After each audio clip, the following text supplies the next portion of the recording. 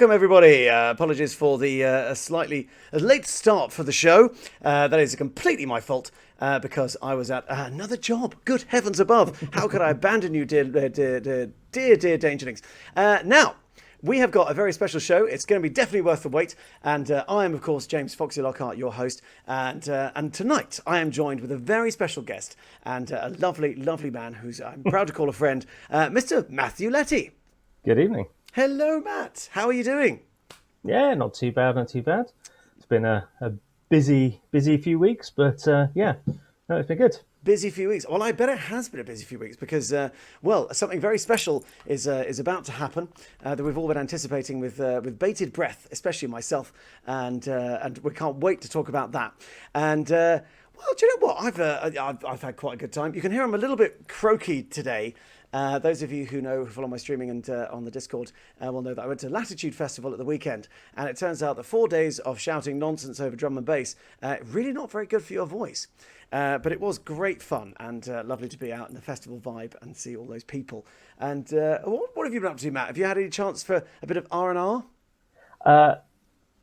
No, is I suppose a simple answer. No, obviously with what we're going to talk about, there's just been all sorts of last minute preparations of weird and wonderful things to try and put together, and yeah, it's having a day job that takes up a lot of time. Sometimes it can just feel like it kind of feels like it's been a long week, and I'm pretty sure that week started in April. Yes, exactly. This has been one of the longest weeks of your life, I should imagine. It's been going on. Now, for those of you who don't know Matt, he is part of the gaming masterminds that are Matthew and Michael Games. And they've been producing, they've already brought out one sort of game. But today we're going to be talking about the game that's coming up, which is called Reluctant Hero.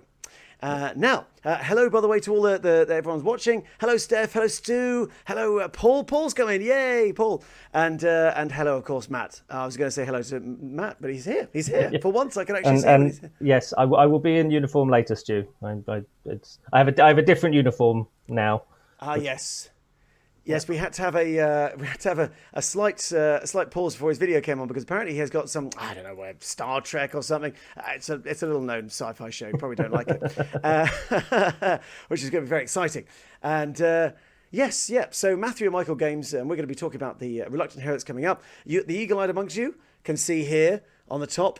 We've got some amazing artwork, so I want you to relish the artwork. Yes, ooh, look, there it is. That one. See, Matt's looking at. He's watching it online, so he can sort of see me. Normally, people can't see me when they guest on the show. I'm like the voice from beyond. Yeah, I decided rather than stare at your lovely logo, I've got Twitch in front of me, so I can see you and see me at a slight delay. So it's a little confusing, but I still at least feel like I'm talking to you, and rather than just talking to friend computer. Exactly. Yes, I think that's an excellent plan. And of course, you're very familiar with Twitch, so you can answer questions. Yes, he's had a haircut. Doesn't he look smart? Very nice, very nice. Or we're going to be out and about because, of course, we've got something rather big coming up, aren't we? We're going to be somewhere this weekend. Where are we going to be, Matt? We are going to Birmingham, of all places, for the UK Games Expo. Yes.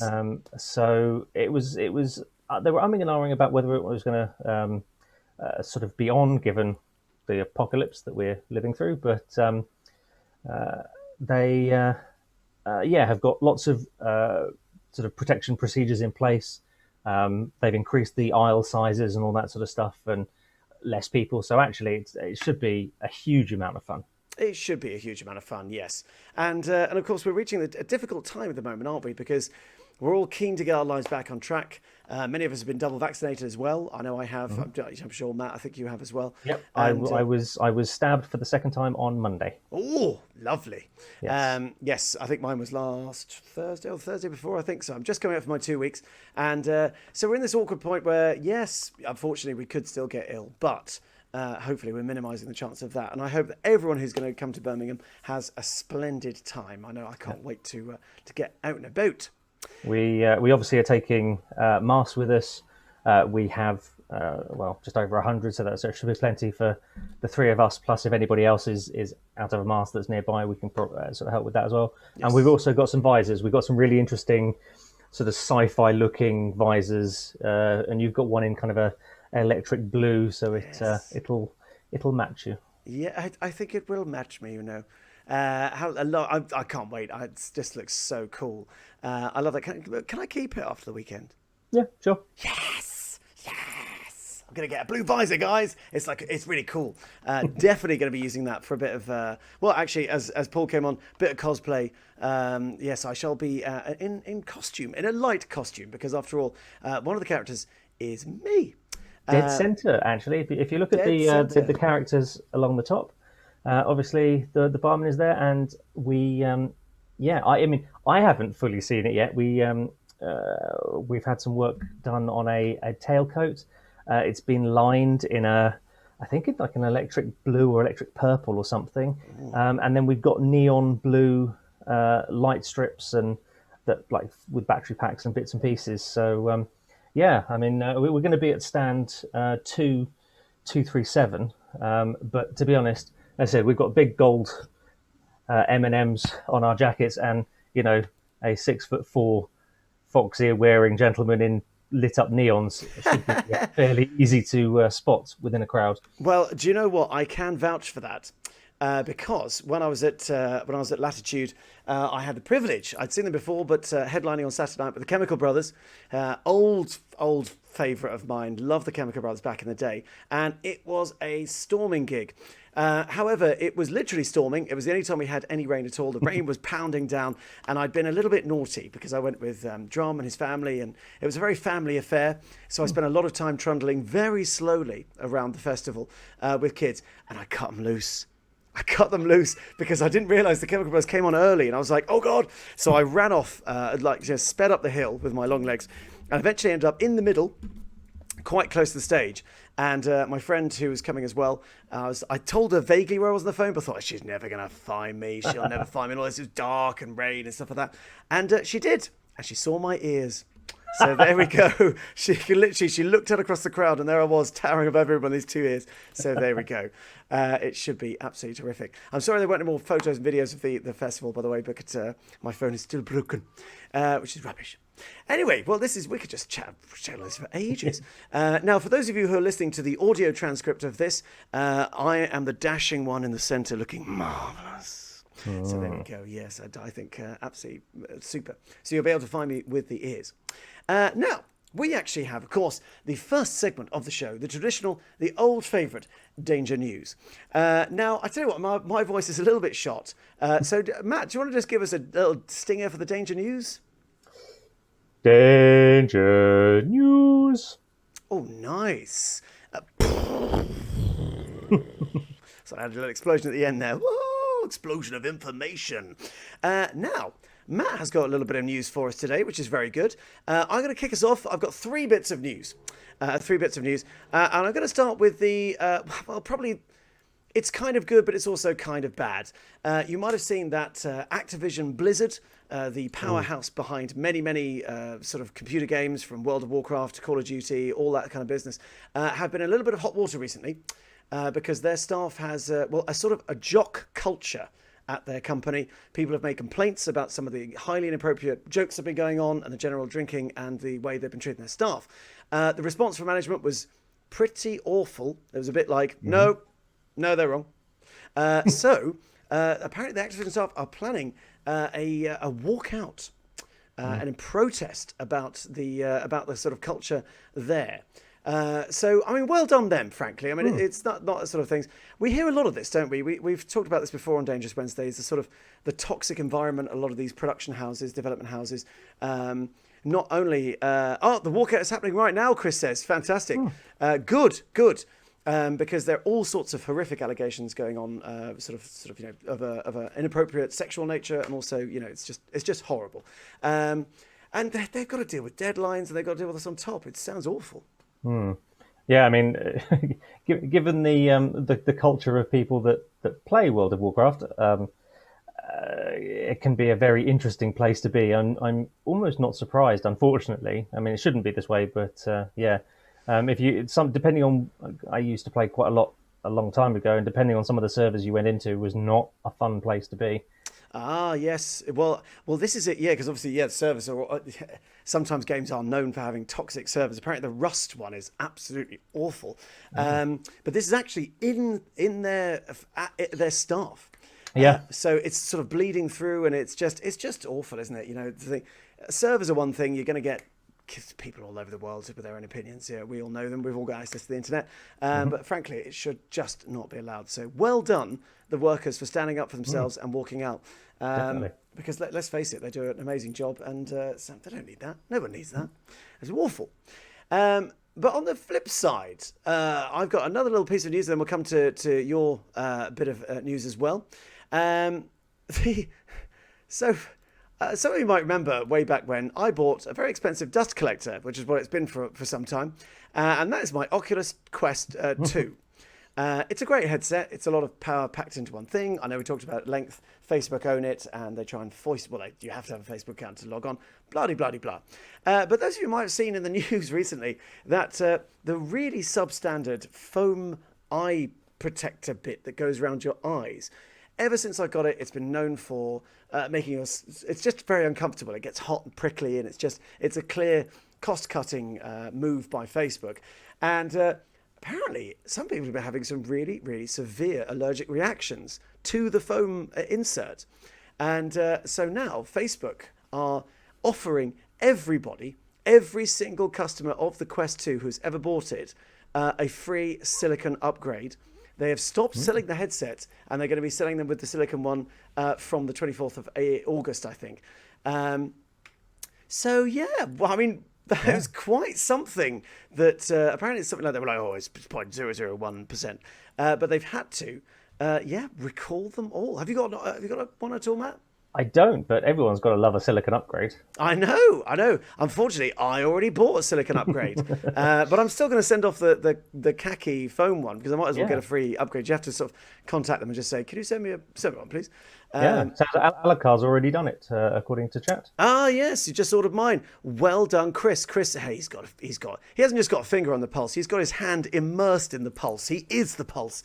He always knows what's going on. What about folks who bought one second hand, I wonder, says Stu. Yeah, I guess you could still, it's a serial number probably. Because basically they can't take the risk. If you have a severe allergic reaction, then, nobody has died. And the pictures of some rather grumpy looking gamers with sort of red bobbly sort of lines around their eyes, which is a symptom of virtual reality anyway. You do end up with a funny sort of imprint like a diving mask. But yeah, there we go. I actually just got mine out and charged up and dusted off to try and get back into it. Are you tempted by a VR headset, Matt?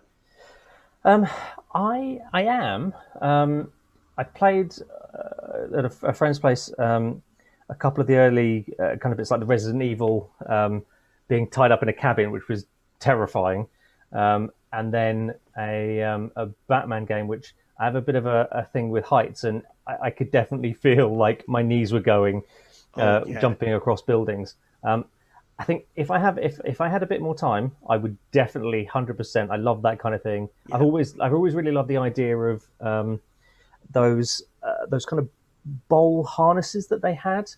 So as you walk, and basically, I'd love to run around Skyrim or one of the Assassin's Creed games or something like that. Just like running around the world. Yeah, absolutely. The irony of not wanting to run around the real world isn't lost on me. It's not. But the thing is, the real world is infinitely more disappointing than Skyrim. Skyrim has magic and adventure around every corner, whereas the real world, well, it's got the post office. Killing NPCs is frowned upon.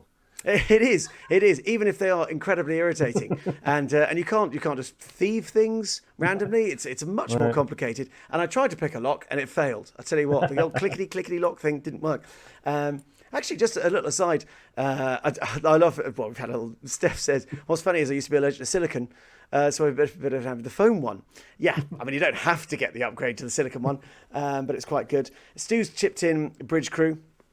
Star Wars Vader Immortal is worth the ticket price alone. Yeah, I really need to jump on some of these games and get a better one. But I did notice an interesting thing that's coming out, and that's they're starting. So the headset, I've actually got it down here. apologies for everyone who's listening, but the headset's actually got pass-through cameras, which is how it works out where it is. And you can double tap the side of it and get a view of the outside in case you've dropped your beer or lost your keys or need to find your glasses, something like that.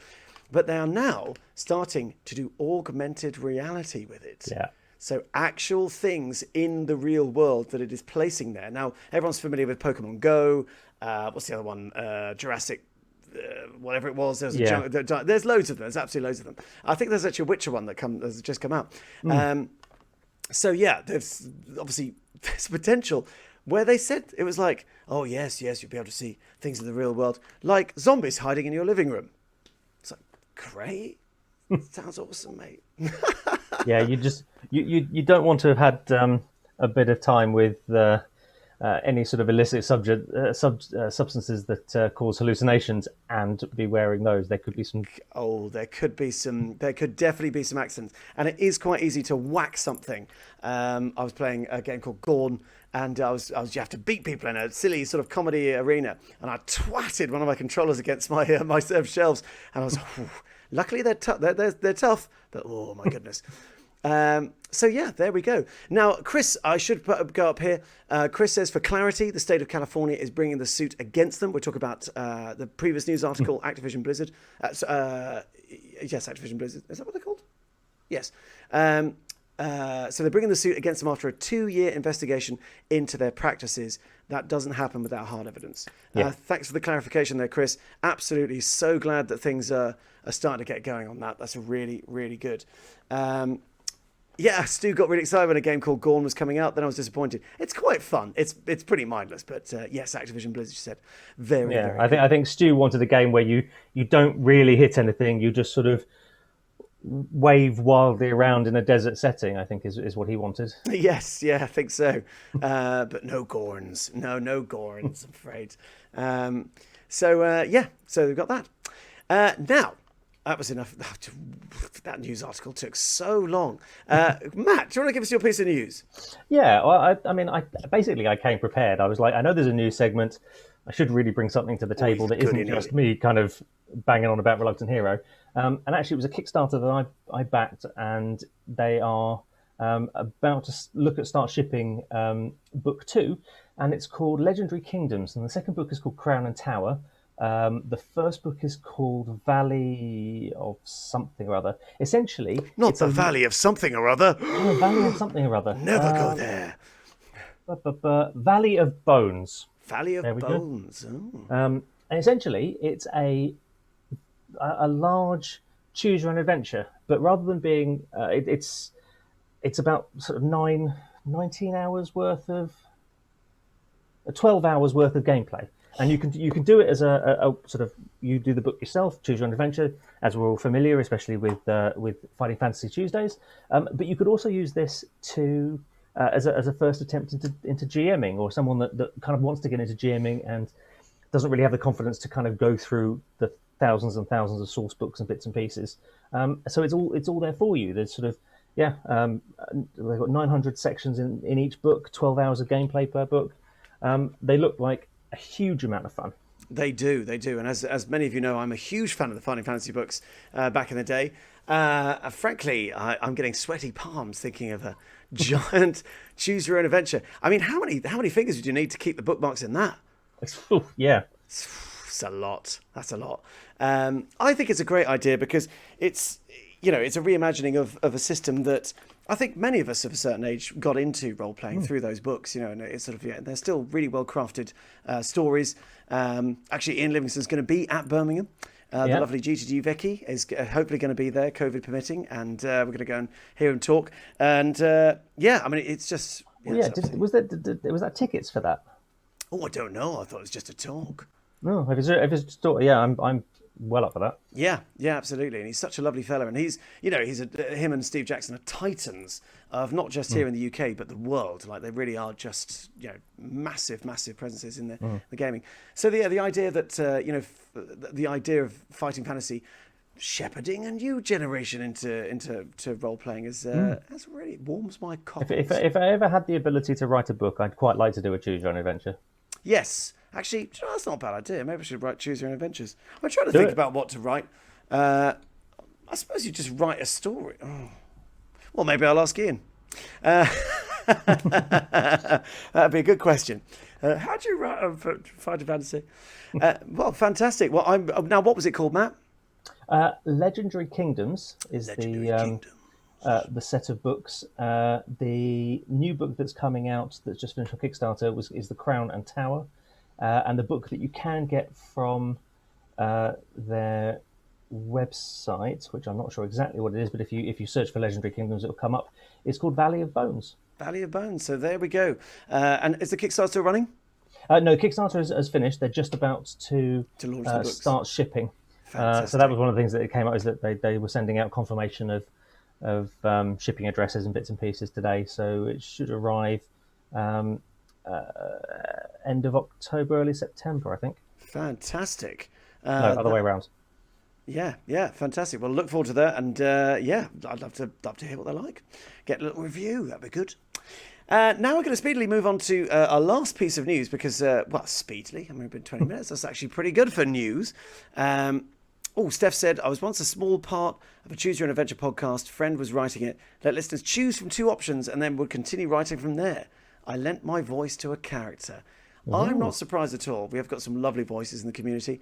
Steph's being one of them. The other one, dear Chris.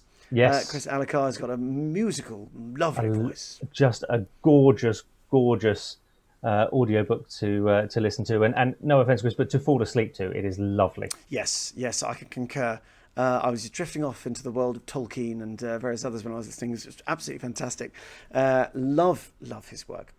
And now we come to my last bit of news, which is it's going back to sort of TTRPGs, but there's a new D&D supplement on Kickstarter, and it's about star signs and astrology. Okay. Which is quite interesting. It's the Stargazer's Guide to Aurora, a supplementary source book for Dungeons & Dragons 5e. So it sounds really interesting. Now Aurora, I presume, is a place in the D&D world that people can go. But with the source book, players are able to choose between different signs when creating their character for personality and powers that they gain from these star signs. I mean, they're not our traditional ones, that like the Flirtide sign. Apparently they're extroverts and natural born adventurers, and so things like that. Frostwain is another one as well. So then you sort of can fashion your character through astrological signs, and then you can spellcasters will be able to draw from different schools of magic depending on which star sign they were born under. Yeah, nice bit of flavour, I thought. Yeah, it sounds really cool. If you're interested, the Kickstarter campaign it's live until August the 18th. It's $55, 40 quid for a hard copy, and then £19 for a PDF. So the standard thing. I think that's a really nice idea. It just sort of caught me as it was going on, just a bit more flesh and flavour. Yeah, I suppose especially if we've been playing for quite a while, and you come back to similar character basics, but you want to play something a bit different, and this is a nice way of just sort of giving you a few other alternatives that you can sort of throw into the mix. Yeah, because often one of the criticisms we level at 5e is that it's not so deep in its character creation as Pathfinder. So maybe this is something they can try and sort of get a bit more flavour. What's your star sign, Matt? Taurus. I see. Actually, another little Kickstarter that it's called Props and or Puzzles and Props, and it's Props and Beyond, and they are producing 3D STL files for 3D printing of D&D items and things. So there's a freebie that you can get at the moment, which is the Ring of Spell Storing, and they've got all sorts of things like they're going to have the Ring of Featherfall and all that sort of stuff. So the Ring of Spell Storing, we've already printed off a few of those on the 3D printer that we have, and yes, the what's the bull ring? The Tea Buddy Fox. Paul. Yeah, he said horny bull, but there's a is it like a Ring of Force? Oh, I think it's a Ring of Force. I think he's referring to you because you're a Taurian. Ah, right. Yeah. Sorry. Although there is a ring of horny bull. And yeah, no, there's all sorts. And actually, the spell of the ring of spell storing is incredibly good. I really want to get my hands on that actually in the game, but it's so expensive. That's a really cool idea. So you can get little items. I know. Do you want a ring of spell storing? Yeah. Okay. Well, I've got a spare one printed up. It hasn't finished painting yet, so I might bring it with me, or I'll finish painting it and we can catch up at some other time. Oh my god! Thanks, Matt.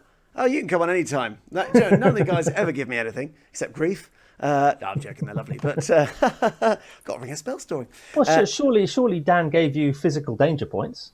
We gave physical danger points. Yeah, we got the danger points. We haven't been able to use them as much as we'd like, obviously. But yeah, I've still got them up in my box. Lovely work. Actually, have I got one I can show you? I don't know if we've ever.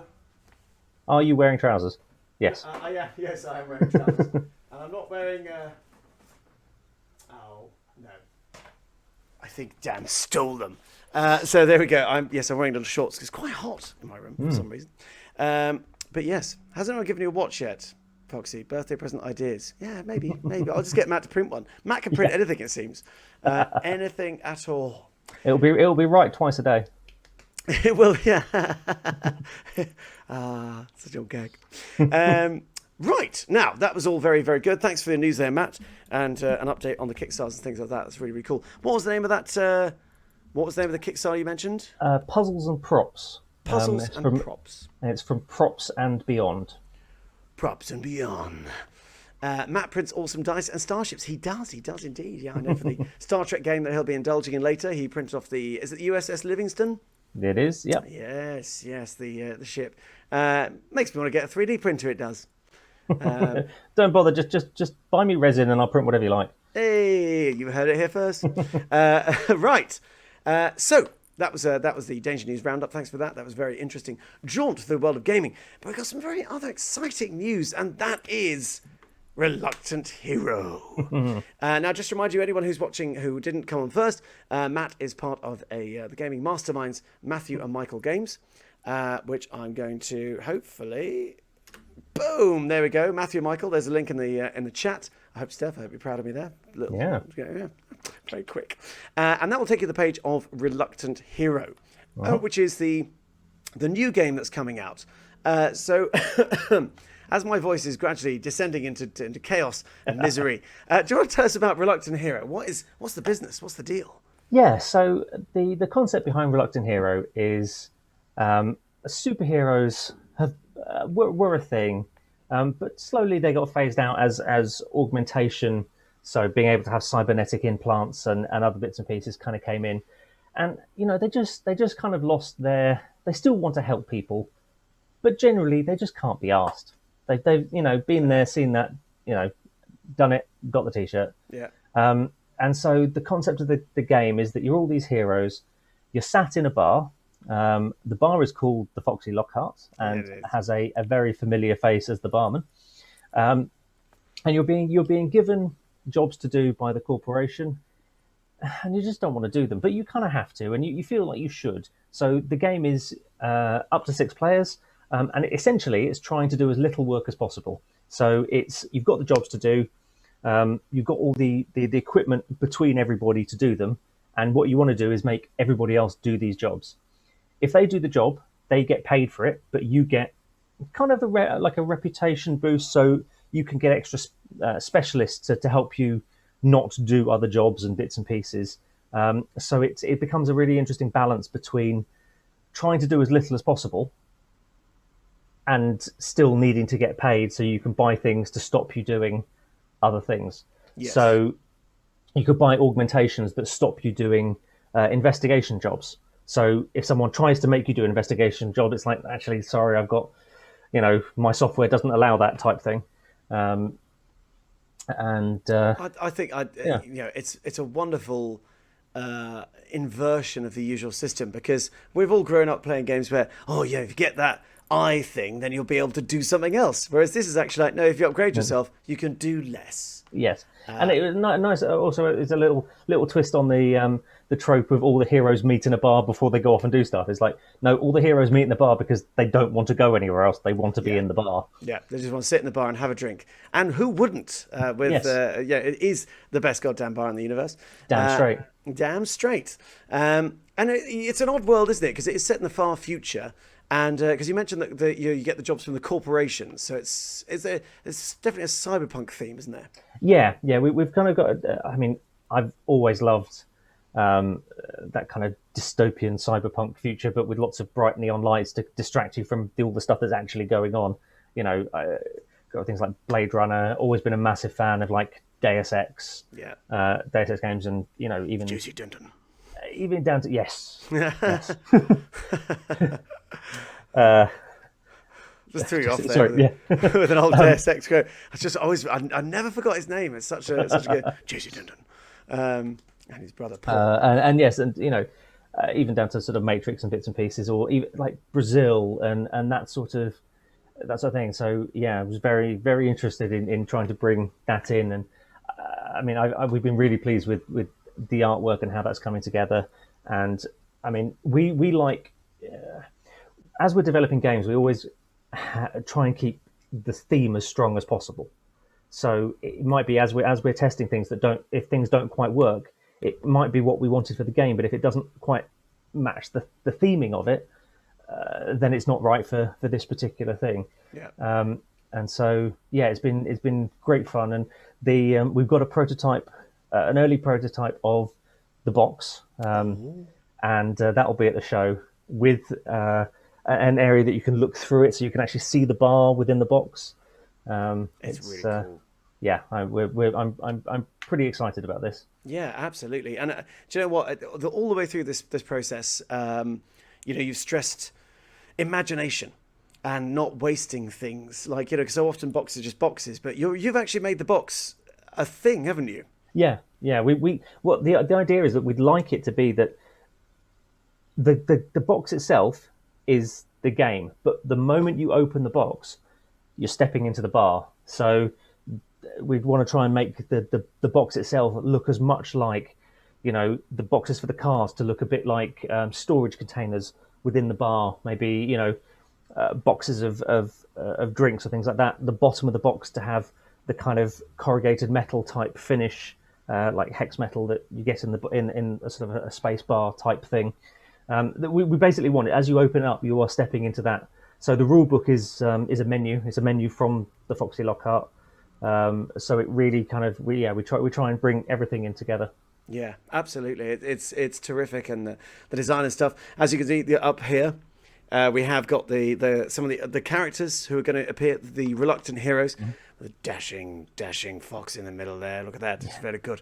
The artwork's absolutely fantastic. This was all done for you, wasn't it? Yes, we have with all the characters, we created a kind of synopsis for them ourselves. Jess, who works with us, has done a fantastic job in kind of designing backstories based on some early concepts. So each one of these characters has a history, quite a lot of history. Most of it isn't going to be anywhere near this game whatsoever, but that's how we create. Yeah. So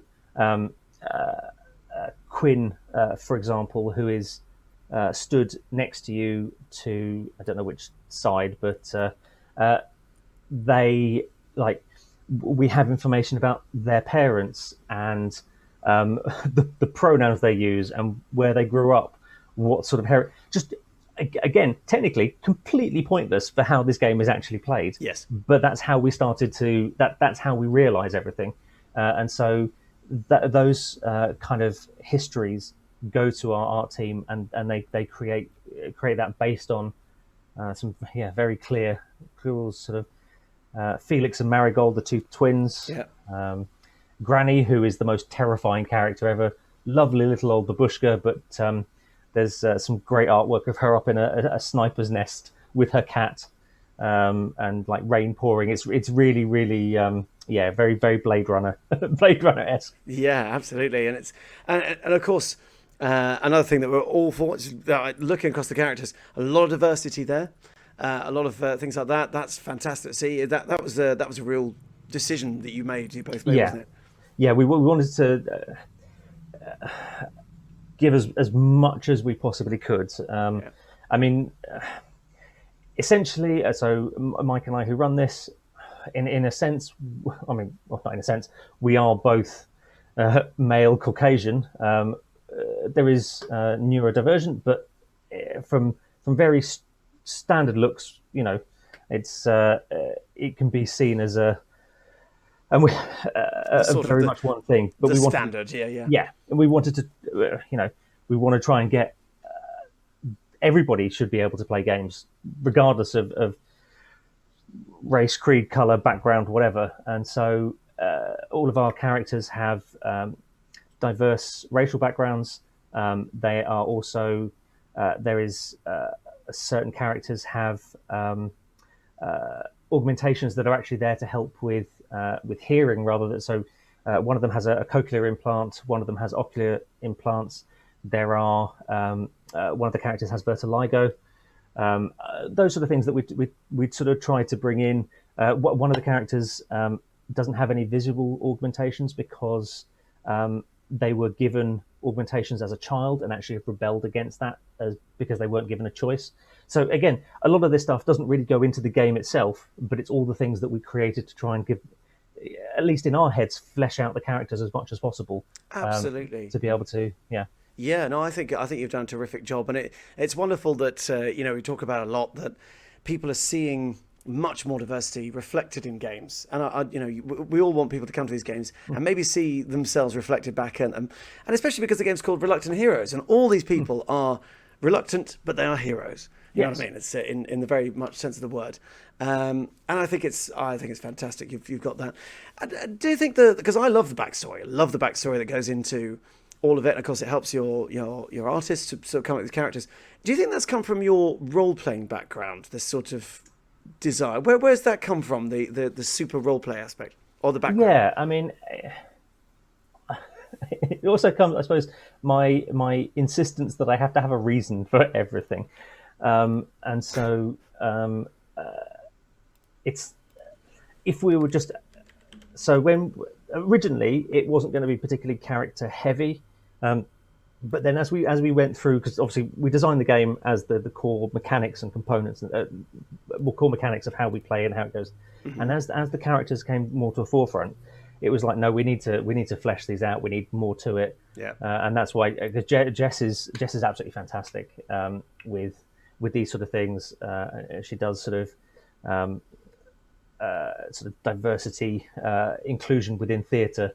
So doing sort of captioning for Royal Court and that kind of stuff. So she was the perfect person to really kind of delve into things that, we didn't even really think of. We didn't want it just to be tokenism. We really wanted to kind of go in. So like Jess has a lot of friends and contacts in those sort of spheres, and we wanted to try and give that part of a story that even we don't particularly understand, but we want to understand. So that's sort of where that came from. But no, I love to give ridiculous amounts of backstory to any of my D&D characters and things like that. I mean, that's what I was waiting for. There,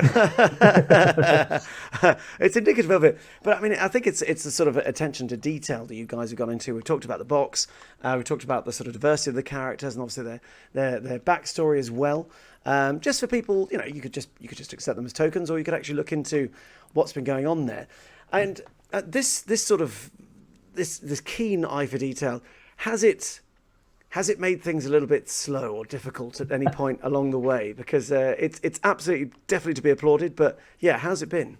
Yes, especially as so Mike and I work remote, so I'm down in London and he's up north, and it does that the amount of times that we mark stuff up and send it back between us, or send it back to the art team and say this isn't right, or we'll spend a while going down one route and then just going. So we've designed all the cards and bits and pieces 5 times, I think, of like, oh, we're going this way. No, it's just something's not right. We're not feeling it. We just scrap it, and do something else and see where it goes. Yeah. And then it sort of evolves from there. Yes. I mean, the thing is, if we're not happy with it, then who else is going to be happy with it? Yeah. I mean, the thing is, if we're happy with it, nobody else can be happy with it, and that doesn't matter because we're still happy with it.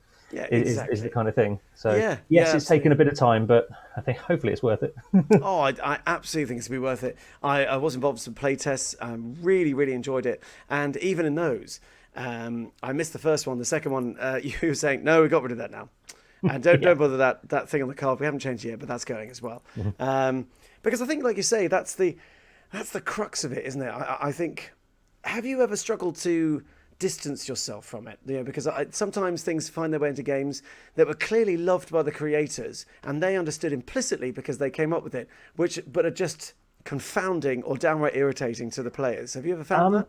A little, however, it was a phrase that was always drilled into me when sort of studying architecture. It's this phrase called "kill your children," and it's very much of in architecture, you do your designs, you pin it up, and a client can rip it to shreds. So you have to be prepared to, if you want to die on their hill, that's fine. But otherwise, rip it up, start again. Yeah. And so we're always open to any kind of criticism. And actually, so our first game, which was on the square, it was good and worked well. It wasn't quite there.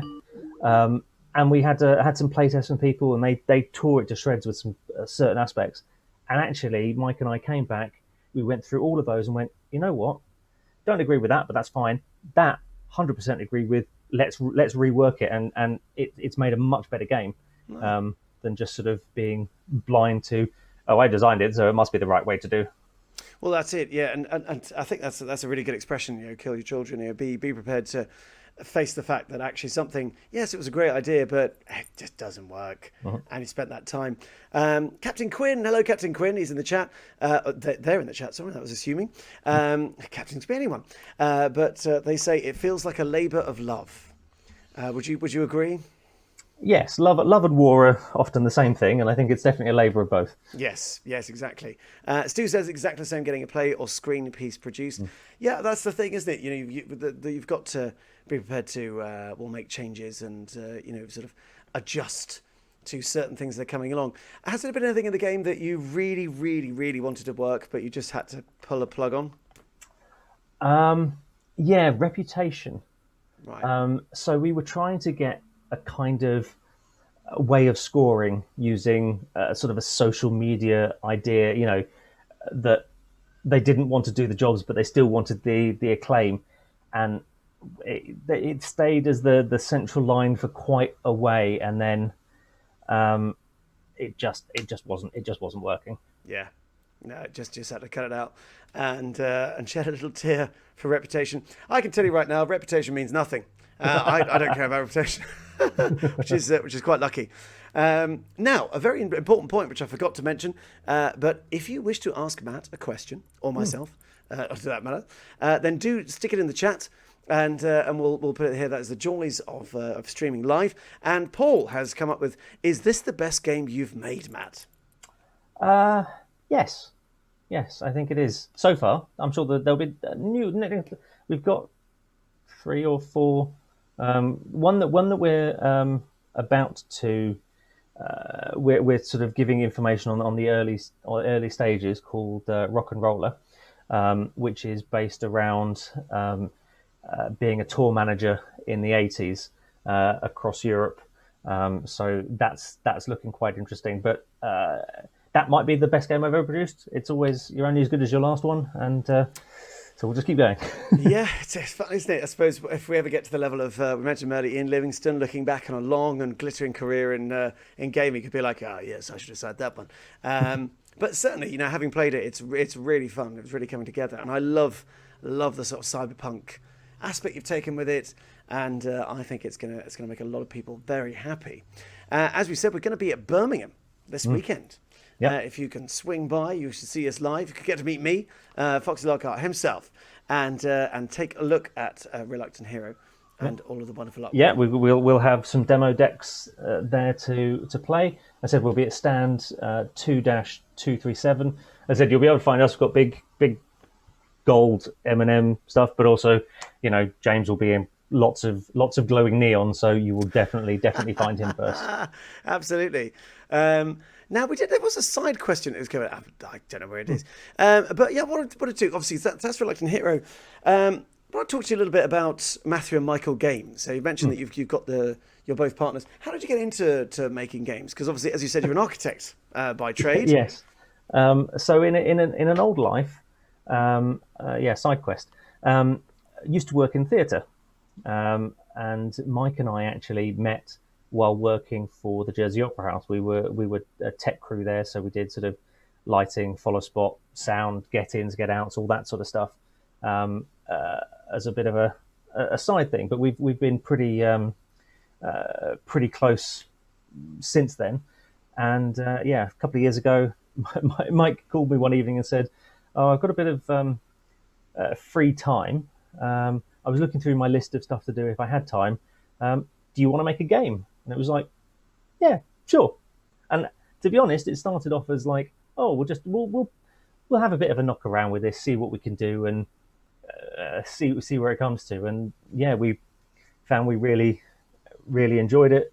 Going through the process, and we had this one idea of this first game, but actually while we were talking about that, before we'd even got a quarter of the way, that we had 10 other game concepts that we'd come up with and kind of going through, and Reluctant Hero was one of 5 that we narrowed it down to, and that was decided as the next one to do.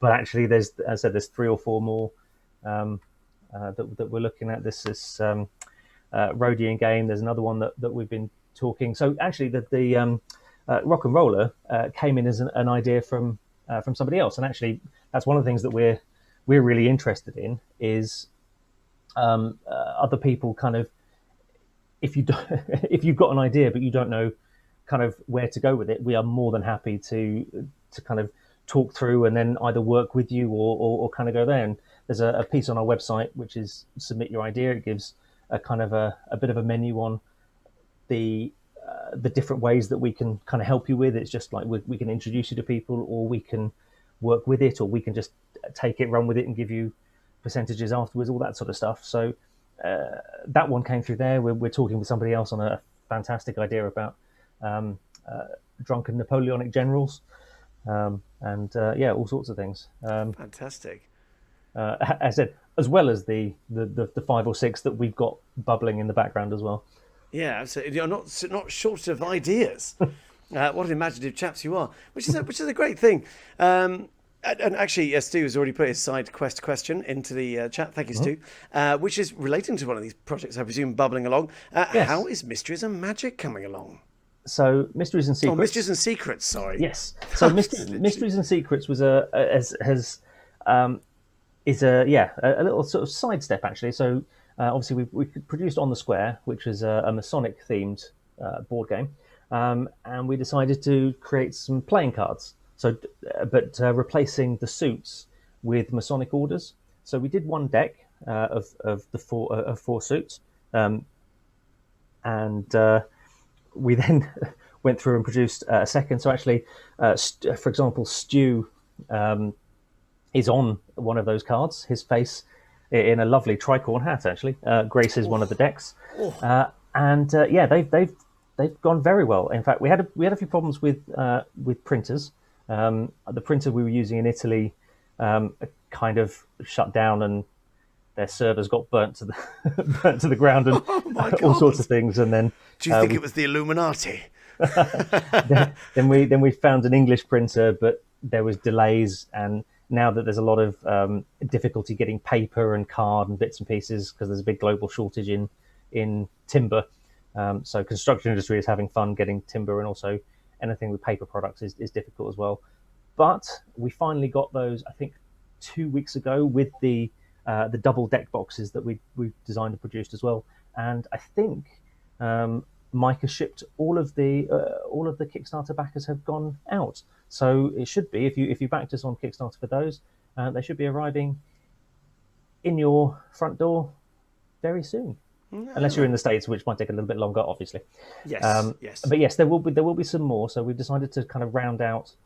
There are another, I think it's 4 decks worth, maybe 5 decks worth. So we will be putting those together and then doing a kind of complete 8 deck box, which will be should be entertaining. But we will actually be looking for more faces. So sort of Ed and the Chris's. If you wish to be immortalised in a card as well, that can definitely be arranged. Oh, can I be immortalised in a card? Yes. Yes. I'm going to make my way into every single game you do. You wait. You will become the Matthew and Michael Easter egg. You're just in everything somewhere. Just in everything. There's a little fox. There's a little fox dude just there, like, woo. That's fantastic, and it's interesting, isn't it? The challenges that you face. I hadn't heard anything about this timber shortage across the world, but then again, I imagine you run into quite a lot of these things making these games and being like, you can't get that type of polymer anymore, or you can't do this or this and something else. Have you found many sort of technical limitations that you've been confronted with?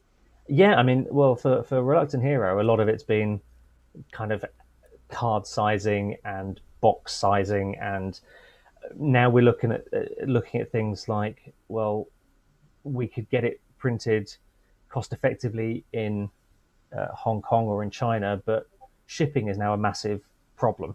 And obviously, when you have things like the problems they had at the Suez Canal, that throws everything out the window. Yeah. And again, difficulty getting materials. I mean, we'd like to print in the UK as much as possible, mainly because it cuts down our possibility of stuff getting lost in transit or stuck in customs or anything like that. Because if it's on a container with everything else, just because your stuff hasn't breached quarantine, if your stuff has the right paperwork, but something else in that container doesn't, the whole thing can be held up. So the more we can print in the UK, the better we can do to be able to get what we produce out to the people and actually get played, which for a game is the most important thing. Absolutely, yeah, and of course, carbon footprint and all sorts of different aspects to it.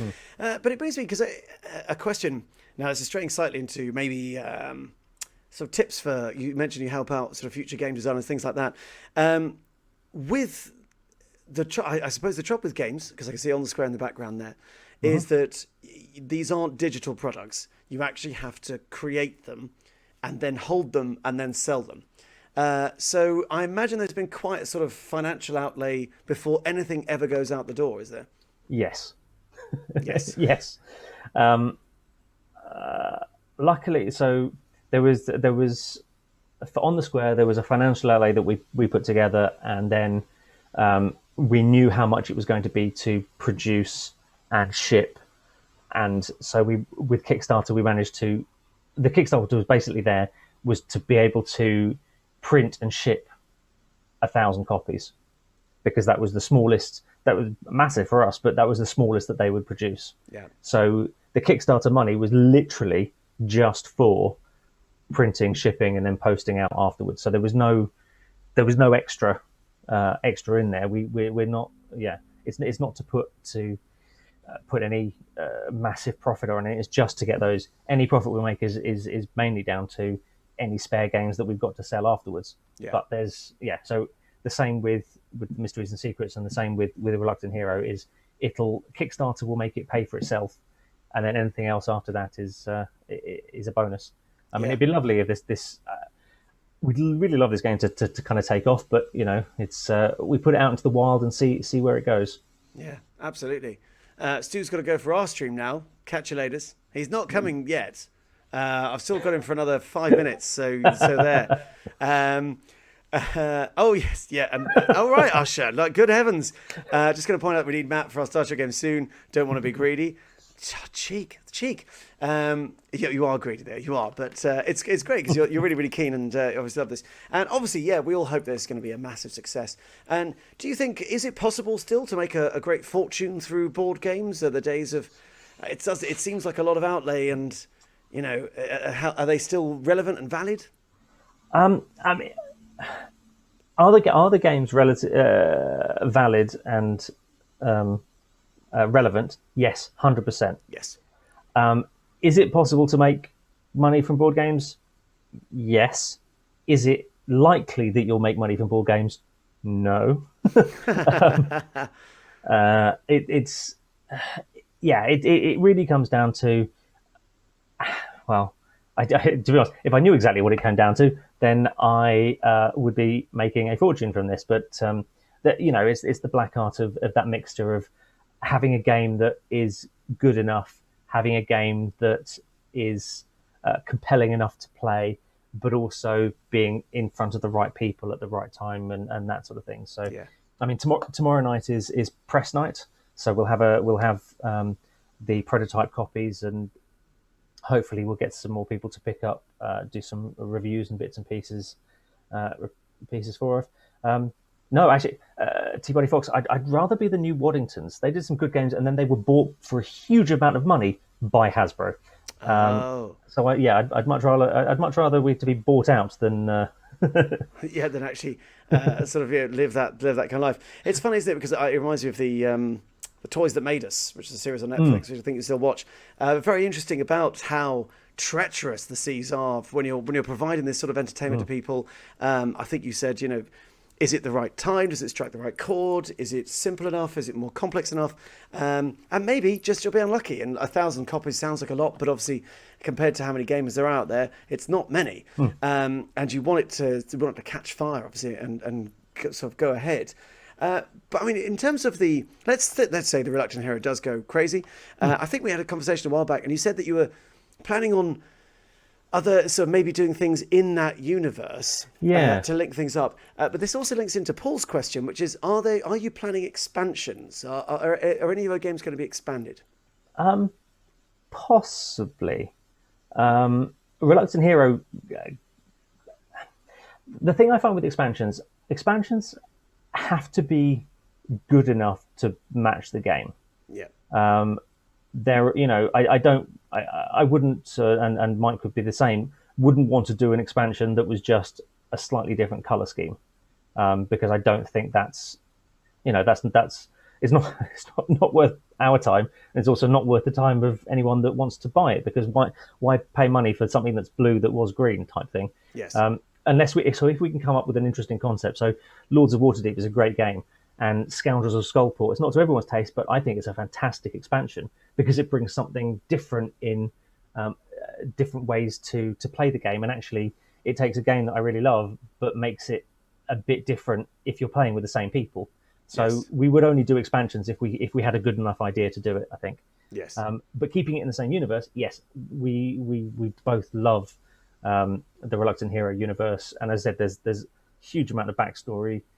We had, there is an idea that we'd like to do, like an RPG setting, but exactly where to start and how to do that, who knows? But I'm sure we'll get to it. Yeah, because that is a whole other kettle of fish, isn't it? At least with board games, you've got a little contained universe. But if you're coming up with a rule system, my word, that is quite something. But who knows? Who knows? I'm certainly very inspired. You're a lovely, lovely man, Matt, and flattery will get you everywhere. Well, yes, and Michael himself he's a lovely fellow as well. And it is absolutely, yes, we'll get the audio narrated by Chris, of course. Yep. And I think it's going to be a great success, Reluctant Hero, and I wish you nothing but success with your endeavours. Any last potted tip for any potential game designers out there?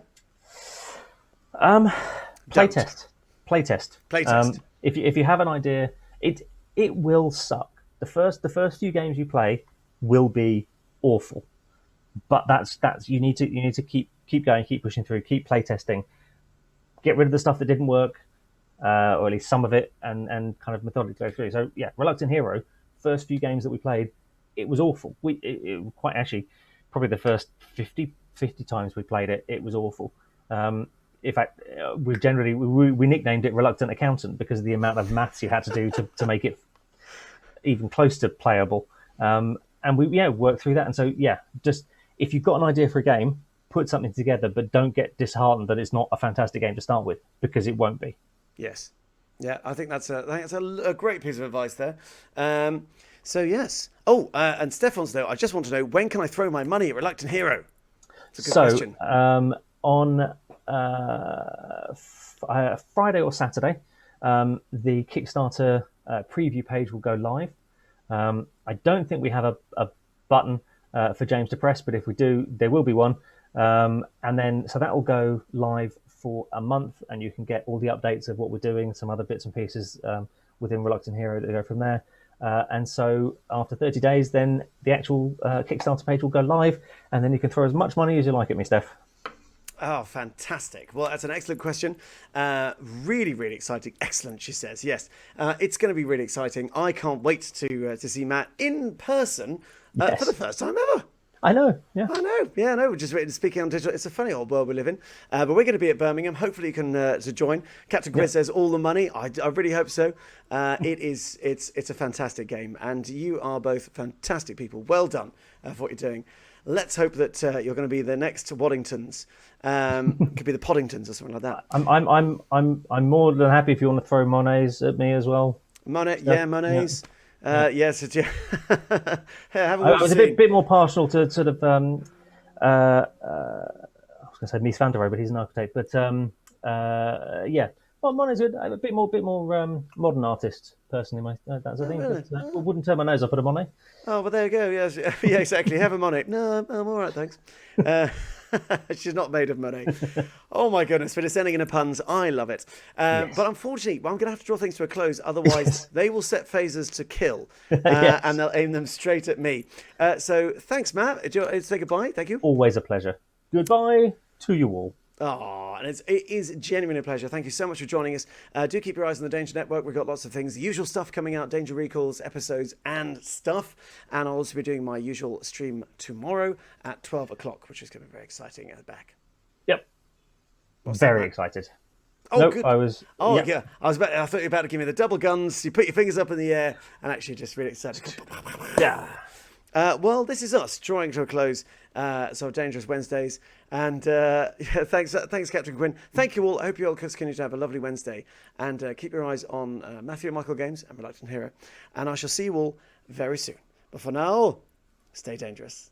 See you later, guys. We should probably move that cart in front of this window so there are no children in there, because children are known to work at the smelters. So there's lots of children that work in the smeltings. Hey, because they've got small hands to get into the smelting. Just write a note with some cheese, man. Are you suggesting that the dwarves use children to use their hands to move smelted metal? Well, that would be cruel. Oh yeah, go on, Ross. Double down on this and change Pathfinder lore. Go on. They wear gloves. Gloves. Hey. What are they made out of? Mithril. My goodness. I'm Children. setting up all this Pathfinder lore. Here we go. How is the Forge doing this month? Well, sir, our employee costs are down tremendously from using children, but unfortunately, we have equipped all of them with gloves that are so expensive you could buy a kingdom. Oh, but Forge doors do have fire resistance, so actually that does scan, so official lore. Oh, yeah.